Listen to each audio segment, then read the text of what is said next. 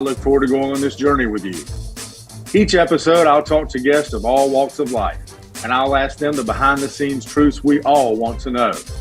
I'll reach out to newsmakers, celebrities, athletes, and ordinary individuals who were there during some of the biggest events of our time. Together, we will hear the story behind the story. So let's get started. This is The Edge of It All. Welcome, everyone, to the latest episode of The Edge of It All. We appreciate you joining us today on whatever podcast outlet you've chosen to join us on. Don't forget our home studio, where you can not only catch this podcast, but many, many other entertaining shows. That is at UBN International Network.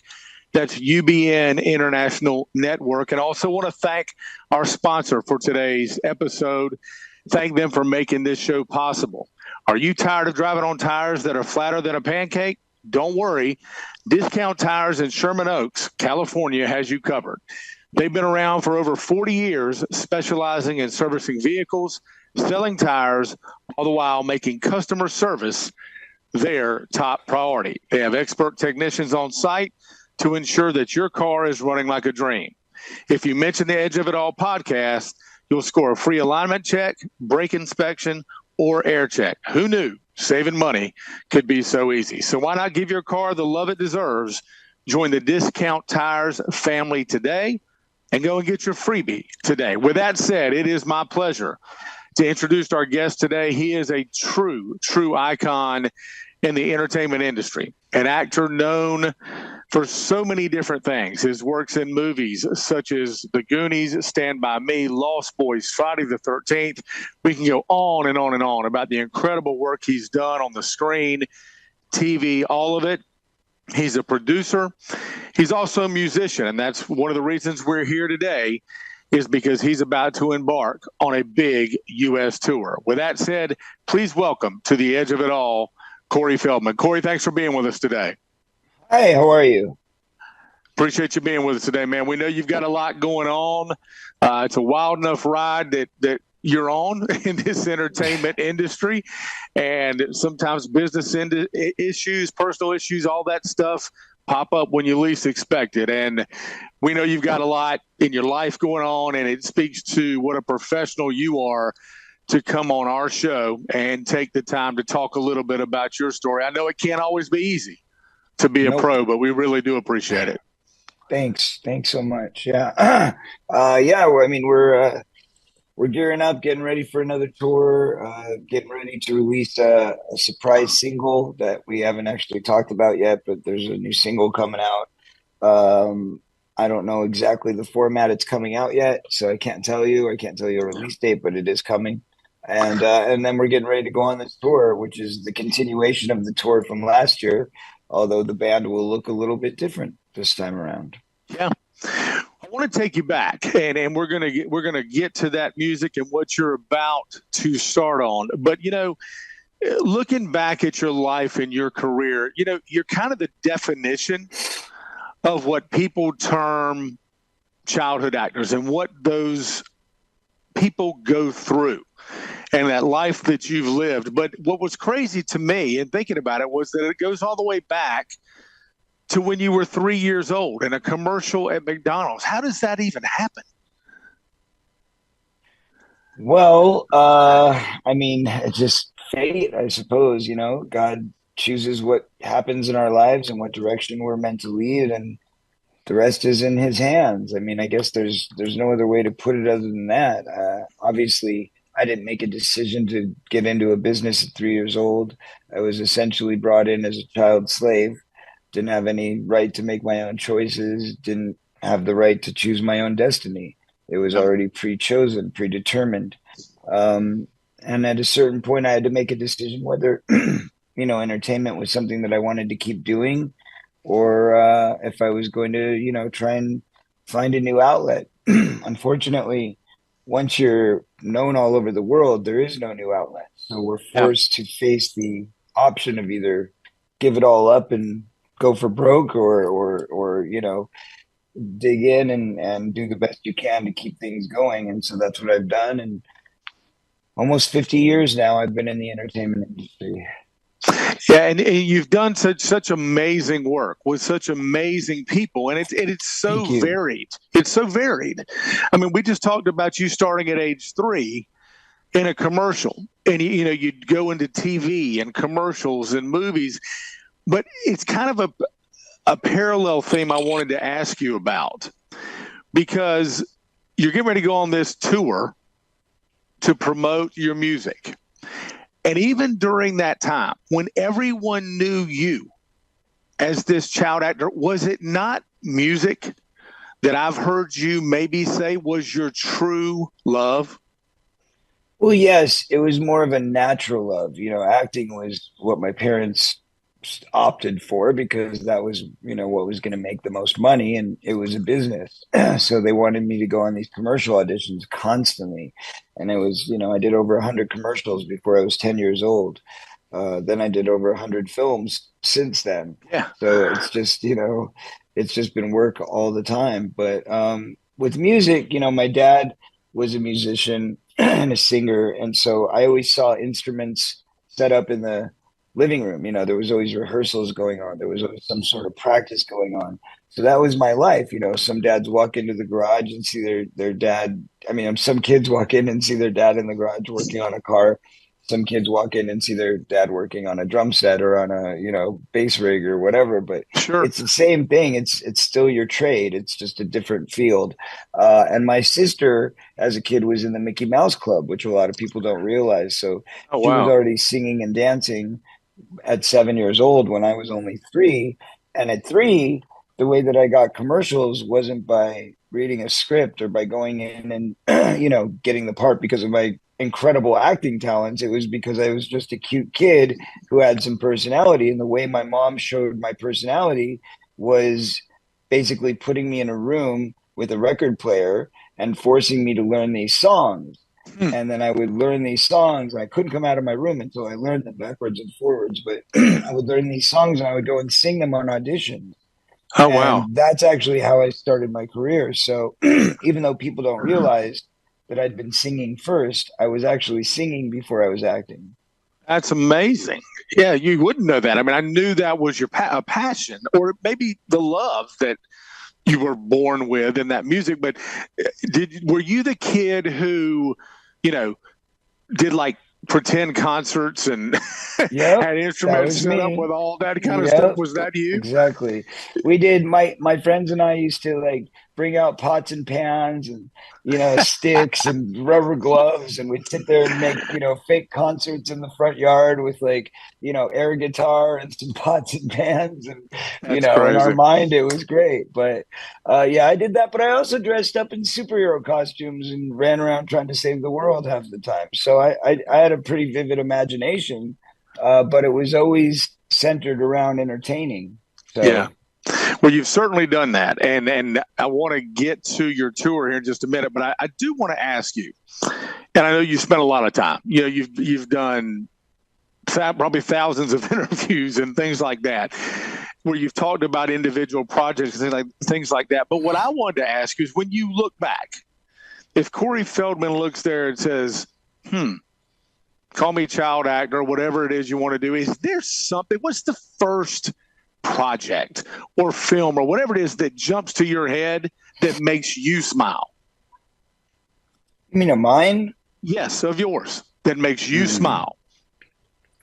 Um. Oh boy. It's a Uh. lot to choose. It's a lot to choose from. Yeah. Um. I don't know. It's a hard question for me right now, to be honest. I'm I not in a very understand. happy mood. I'm going through a separation with my wife, and I'm pretty shell shocked right now. So I understand, and I again, I that's got to promote my tour because that's what I got to yeah. do. But but it's yeah, it's hard to find happy moment thoughts I right now. understand that. I understand that. Well, Yeah. let me give them to you then. How about that? Okay. Because when I talk to people, it's funny how varied that answer is. It can be something like a movie like The Goonies or The Burbs. I had a conversation with somebody today that was talking about how great The Burbs were.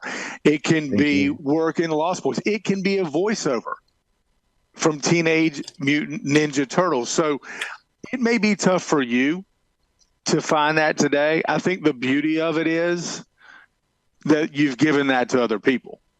So I know it's Thank hard you. personally on a day like today, but there is a smile to be found. And I hope that in some way helps. Doesn't Thank you. fix things. I I get that, but it doesn't appreciate help. it. Let me ask you Well, this. nothing Go ahead. can I'm mend a sorry. broken heart. I hear you. Your story, though, has been one that's been talked about a lot. You've been very open about what children go through in the entertainment industry and what you went through, the highs, the lows of that, what happens in the dark, so to speak. Do you think it's easier or harder for children today in the entertainment business? I think it's all the same. It's all the same. Nothing's Is it? changed. Yeah, nothing's changed, and it won't Even change even with until even with social media, has that played no. a part? No, it's still the same. I mean, listen, there's some screening, there's some, groups and places to report and things like that. But bottom line is, until the laws change within the industry, nothing's going to change. And that's one of your passions, correct? That is something that I had worked on for many, many years. I helped change a few laws in the state laws in California and New York to protect children, but I tried very hard to get laws changed at SAG, and there was no having it. So we'll just leave that alone. I understand. Sometimes it's hard to make things happen, and let's just, like you said, let's just leave that one alone. Yeah. You also did some producing, and I did want to ask you. Sometimes people associate you with people, and your work that you did with Corey Haim and things like that, where you produced. I always like to ask. Everybody knows, or they think they know, the story of Corey Feldman, or even the story when it was the two Coreys, work you did on the A&E show.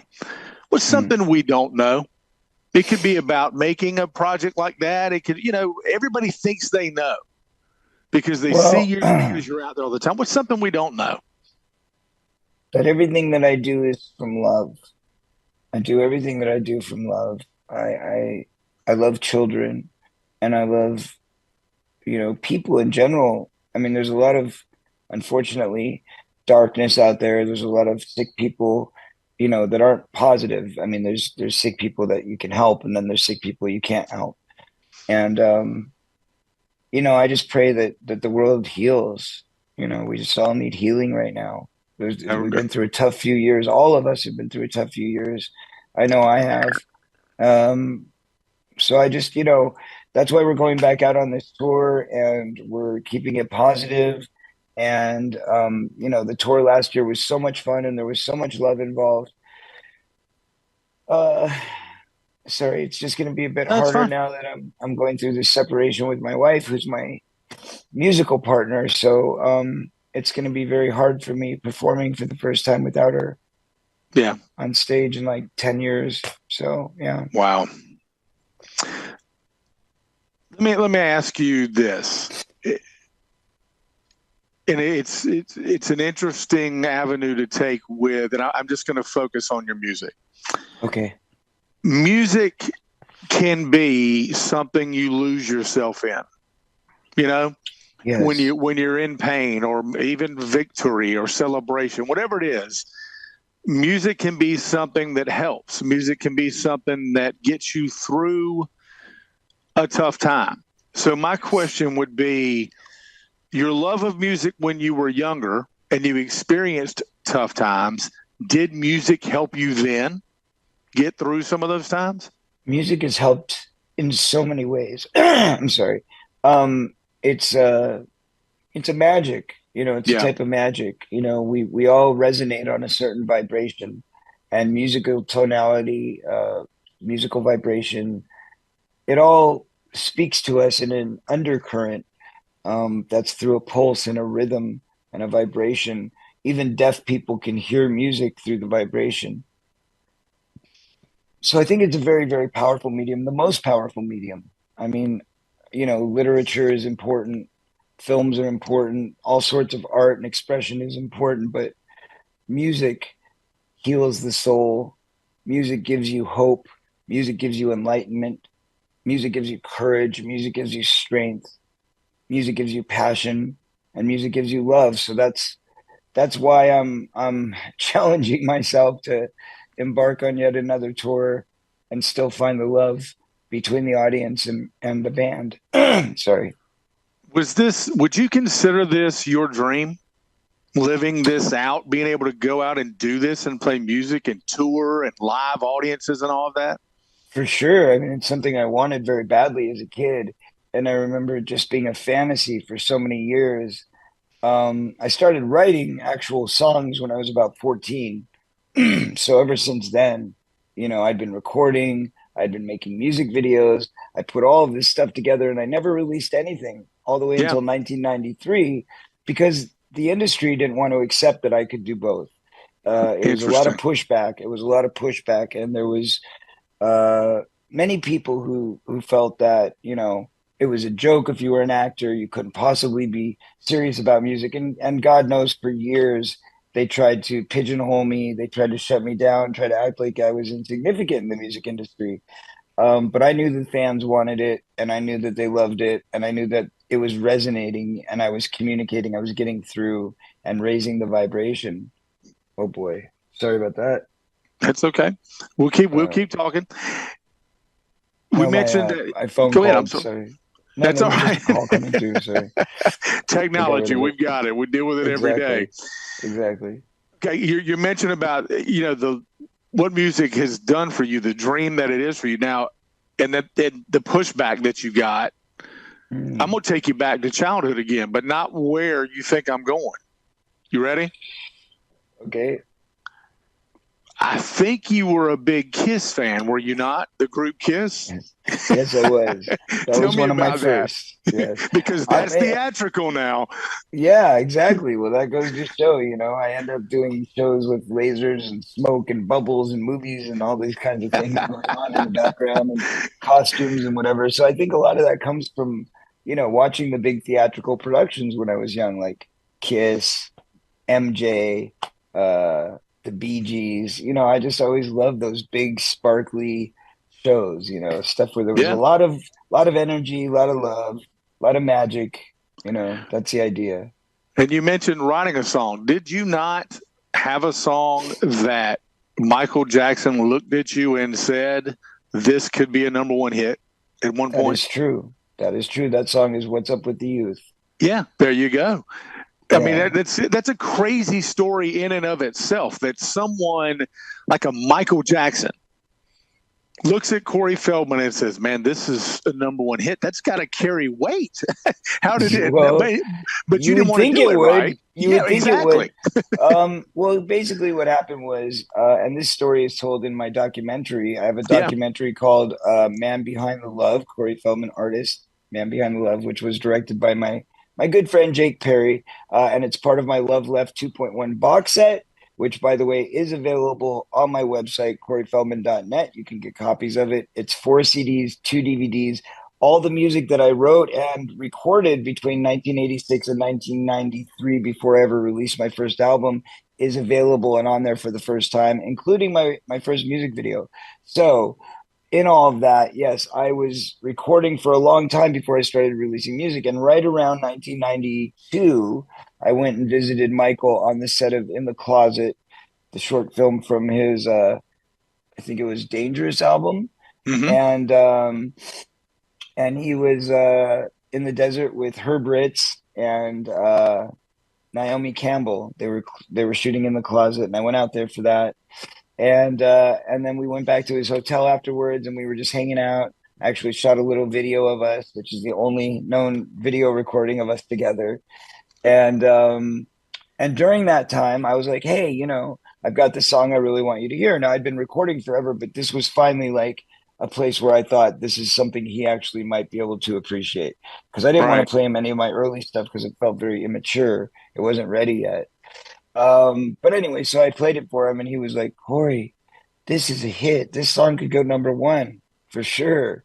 And I was like, really? And he's like, yes, I could walk it into Tommy Mottola right now and I could get you a number one hit. I could get you a deal. That's And I'm like, crazy. I appreciate that, Michael, but I thought about it for a minute. I said, honestly, I wouldn't feel right about it. Um, I feel like if I'm going to do this, I got to do it on my own. And, you know, one day, hopefully they'll discover me. Hopefully one day they'll appreciate my music. But I feel like if I went in there with you, then I would just be the Michael Jackson kid or the Michael Jackson protege or whatever, and it would be a great hit, but that would probably be my only hit, and then my career would be over because it would be a flash in the pan. Versus, you know, trying to do it my own way, sticking with it, the dedication, the years and years and years of work and preservation. That's what it's about. That's an amazing story. I mean, I'm not sure there's another person on the planet who can tell a story anything like that. I mean, that Michael Jackson says that to you, and you say, "Yeah, no, I'm Yeah, not that's going to true, go do right? that." It's crazy, but it's a Yeah, I testament probably to was you. crazy. Nah. Thank you. I probably should have taken his advice. It would have made the Today Show go a lot smoother, I can tell you that. Well, but what's great and what I find interesting about the story is this: you have always had a way of doing it your way. You've gone against the grain. You haven't cowered. You've stood up for. We talked about the children and what you do with Child USA, what you've done with animal rights. It's always been this theme of yours to stand up, stick to your guns, even when it wasn't easy, even when it wasn't It's popular. And never now, easy. yeah, and now we're Never sitting here easy. talking about music, which you said was very hard for people, not necessarily fans, to allow you into Yeah. that world. And so, in a way, what you did with Michael Jackson is not shocking. It's going to shock a lot of people to hear that, but it seems like a trend throughout your life where you've said, I'm sticking to what Corey Feldman loves and wants to do. Is that a fair thing to say? Yeah. And even when you have the most powerful producer slash musician in the world Yeah, staring you in the face, um, and God knows that was a dream, right? Of sure. course, as a kid, I would have loved that. I mean, and I don't know how at 19 I came up with that answer. I probably could have said a lot of things, but I just didn't want to be that guy using him really more than anything. Like I knew that there was always people around leeching off of him and trying to get something out of him. And I Absolutely. just I just didn't want to be that guy. And not to say that I wouldn't have liked the shortcut, because I would have liked the shortcut, of course. But I had to weigh it out. Do I want to be his real friend, or do I want to be just another guy that's getting something out of him? And then we'll probably never talk again. How do you measure success in music? You've had a couple of top 40, I think, Billboard songs. You've signed now with Sony, which is a big, big deal. How Thank does you. Corey Feldman measure success in music? Um, I think for me, it's just achieving higher and higher goals, and which seems to be happening. So that's really great. Our first hit single was Go. Well, I had hit singles that weren't on the top 40 Billboard charts. They were on other charts, which still count, but not Billboard. Like that's kind of the Sure. main goal. Um, and so my first top 40 Billboard hit was Go For It back in 2016, I believe, and that went to number like 32 on the charts, I think, something like that. And then the next single that went to the top 40 was You Are Free, which was actually the title track of the documentary film My Truth that I put out in 2020. And we released the title track as a single, and that actually went all the way up to 19. So that was my highest ever uh, actually top 20 hit. And then the last one we released, oh yeah, it was dedicated to my wife Courtney, and that was last year, Yeah. and that one went to number 21, I think. So yes, hovering around the top 20, but I would like to get to the top 10 next. And eventually have my own number one single. So those are my goals, I think. And of course, bigger and better venues, bigger and better shows, always trying to improve and grow. Okay, and that's what I kind of want to take you here. And I know you've got to get out and do rehearsals and all that kind of stuff, but take me to that, the excitement of what's coming for you in terms of touring, excitement and appreciation of what you've done in touring, that life, what that life is for. It's interaction with a live crowd. It's not on a movie screen. Right. So that different world for you. I love it. I love my fans, and that's the only thing that's going to get me through this, because I'm in a honestly pretty sad place right now, going through a separation with my wife, the person that I've been with for 12 years. 12 years is a very long time. So it's going to be weird for me not seeing her up there on stage with me. It's going to be weird not having that connection and before and after the show, that safety. So it's putting a lot more pressure on the fans and having to express that love back and forth. So I have faith in my fans, though. I know that they're going to lift me as I lift them, and it's a reciprocal event. It's a love tour. So how can you have anything but love? The last time around was super positive. So I'm very excited to get back out there to see everybody again, to share some new stuff with them, because there's going to be new music on this tour. We're doing the biggest show of my career at Riot Fest, 40,000 people. So that's a very exciting event. I've done performances in front of crowds that size, but I've never done a full show in front of crowds that size. So very excited about that.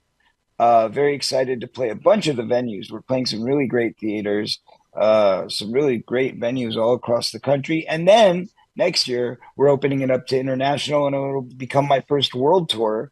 So we're just going to keep the train going and hopefully not slow down anytime soon. That's the plan. But that's the beauty of where this is going to go. And oh yeah. Go ahead. One other thing that's very important for me to mention. I made a deal with the world's greatest toy maker and toy collectible in the world. Corey, you read my mind. That's where I was headed. Hey, you gotta say Pop, it, baby. That's right. Tell us about it. I'm so honored and thrilled. Really. I mean, that is such an honor. And I God bless that company. God bless everybody involved with them. They really surprised me with this one, but we announced it just 2 weeks ago at Comic-Con in San Diego. And, that's kind of the big reveal place. Like, everybody goes there to announce their stuff. So we announced, I came out on Funko Fun Days, which is on Friday. And it's like Camp Freddy, and they have this big giant Funko Pop thing. And it's just, oh my God, it's so much fun. You give out all these toys to everybody, and everybody loves it.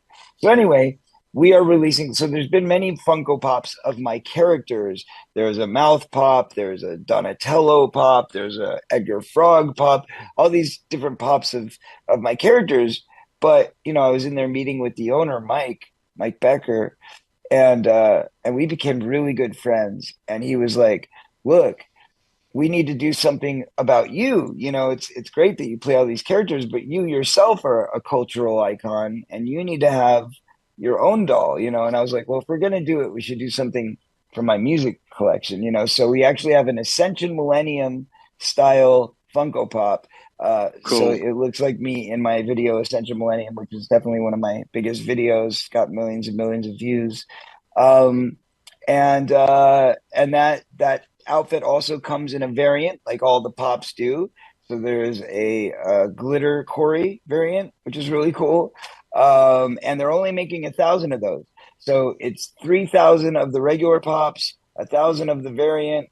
And it's awesome. It's a collectible. Yeah. So it's available now on my website, CoreyFeldman.net, where you can also buy my box set, my new album, Love Left 2 Army with Love. And you can also get VIP tickets for my upcoming tour, which starts next month in September.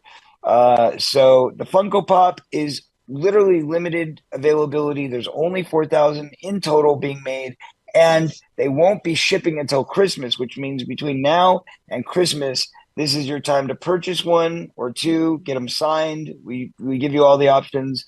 CoreyFeldman.net. I love it. That's awesome, man. And look, everybody who's listening, get out there, get the Funko Pop. Be one of the first to get it, or you're not going to get one. Those things are hot. I never knew what they were.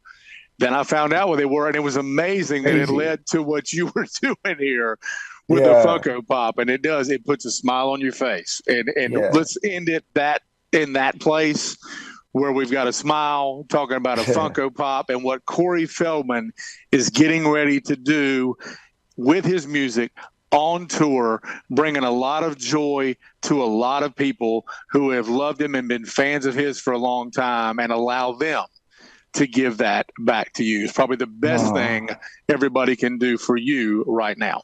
Corey, we appreciate you, man. We appreciate you. Appreciate you being on the show. We wish you the best. Best of luck on the tour, man. Thank you. Things calm down a little bit. Yeah. Things calm down a little bit. We'll bring you back. We'll catch up again. Yeah, I'll play you my new single when it's ready. I'll get you guys a copy. Okay. Thank you, Corey. We appreciate you, man. Thank you. Thanks to Corey Feldman for being on the show. Again, it's CoreyFeldman.net. Go there, get all the information, whatever you need on the Funko Pop, the tour, VIPs, seats, do all that. Get out there and support Corey Feldman in everything, all his endeavors, everything that he does. That'll wrap it up for this episode of The Edge of It All. Be sure to listen to us on UBN Go International Network, or wherever you get your favorite podcast. You can find us wherever you get your podcast, across all podcast streams as well as social media. Please like, follow, subscribe, do all of that. And thank you again to Discount Tires for sponsoring this podcast. They're in Sherman Oaks, California. Don't forget to mention the Edge of It All podcast.